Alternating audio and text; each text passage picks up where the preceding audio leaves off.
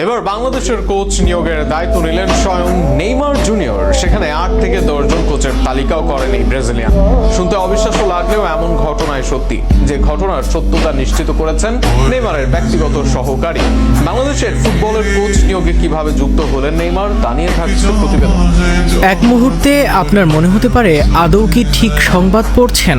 বাংলাদেশের ফুটবল আর নেইমারের আলাদা আর্টিকেল কি মিশে গিয়েছে একসাথে, নাকি এলোমেলো হয়ে গিয়েছে সব? বাস্তবিক অর্থে কিছুই হয়নি এলোমেলো। এবার বাংলাদেশ ফুটবলের সাথেই আসছেন নেইমার জুনিয়র।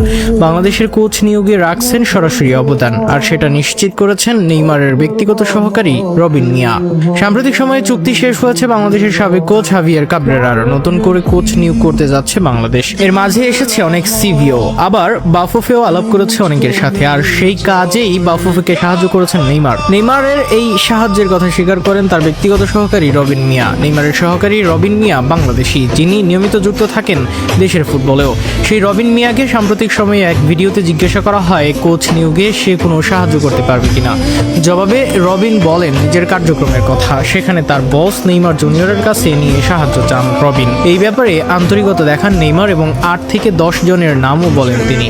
শুধু নামই বলেন না, তাদের যোগাযোগের উপায়ও বাতলে দেন নেইমার। বাংলাদেশের কোচ নিয়োগের জন্য নেইমারের পছন্দের কোচদের কল করার নাম্বারও দিয়ে দেন রবিন মিয়াকে। এমনকি কল দিয়ে নেইমারের পরিচয় দেওয়ারও কথাও বলেন এই সেলেসাও সুপারস্টার। ভিডিওতে রবিনকে করা প্রশ্নের উত্তরে রবিন বলেন, বাংলাদেশ ইস্যু নিয়ে আমি অনেকজনের সঙ্গে কথা বলেছি, বিশেষ করে আমার বস নেইমারের সঙ্গে কথা বলেছি। আমার দেশের জন্য একটি কোচ দাও, কি হলে ভালো হয়। একসঙ্গে তিনি আমাকে 8-10 জন কোচের পরামর্শ দিয়েছেন। শুধু পরামর্শই নয়, তাদের সঙ্গে যোগাযোগ করার উপায়ও বাতলে দিয়েছেন নেইমার। রবিন বলেন, নেইমার বলেছেন তুমি এই কোচদের কল দাও, কল দিয়ে বলো আমি কল দিতে বলেছি। তবে রবিনের ভাষ্য, এসব কিছুই নির্ভর করছে বাফুফের সদিচ্ছার উপর। বাফুফে যদি কোচ নিয়োগের বিষয়ে তার সঙ্গে যোগাযোগ করেন, তাহলে তিনি নেইমারের নেটওয়ার্ক কাজে লাগিয়ে বাফুফেকে সহযোগিতা করবেন। আর এমন সুযোগ এবার কাজে লাগানো উচিত ফুটবল ফেডারেশনের, কেননা নেইমারের হাত ধরে আনা সম্ভব হাই প্রোফাইল কোচ, যা বদলে দিবে দেশের ফুটবলের চিত্র। আবার আগামী দিনে নেইমির সাথে বাফুফের সম্পর্কও হবে দারুণ, যা স্পন্সর সহ অনেক কিছুতেই রাখতে পারে বড় ভূমিকা।